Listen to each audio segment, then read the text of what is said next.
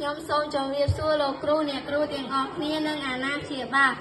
នាងខ្ញុំឡើងមក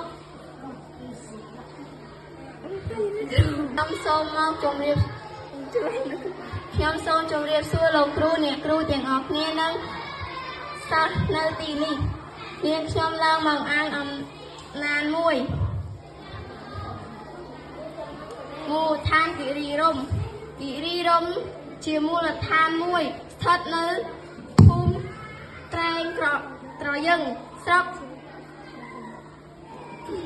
ពុំសួរខេត្តកំពង់ស្ពឺបើគេ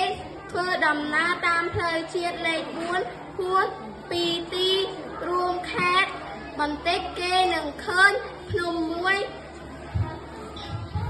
លៀងស្ទឹងខាងស្ដាំដៃគឺជួបភ្នំគិរីរម្យកាលណាគេធ្វើដំណើរដល់ផ្សារត្រែងត្រយឹង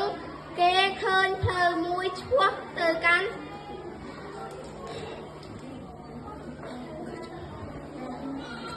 ដងភ្នំ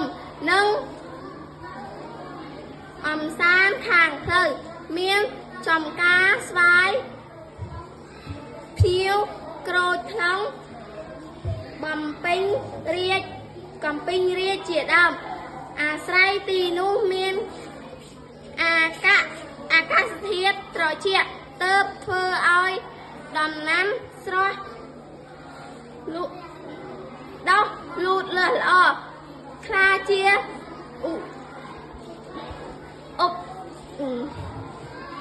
យានមួយយ៉ាងគ្មានស្រអាប់មិនតែប៉ុណ្ណោះទីនោះមានភូមិគ្រារបស់ប្រជាជនផ្ទះសំណាក់និងមានវត្តយ៉ាងល្អប្រ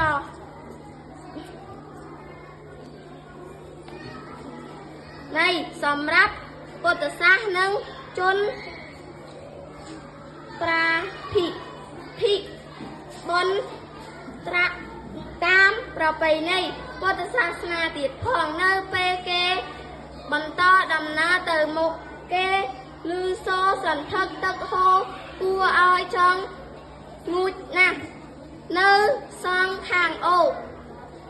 មានកន្លែងលក់អាហាររបស់សម្រាប់លម្អផ្ទះនិងអោនបុរាណទៀតផងទេសចរទាំងឡាយដែលបានមកកំសាន្តនៅទីនេះតែងមានអារម្មណ៍ដិតជាប់នឹងទេសភាពដ៏ស្រស់ត្រកាលជានិច្ចសូមអរគុណ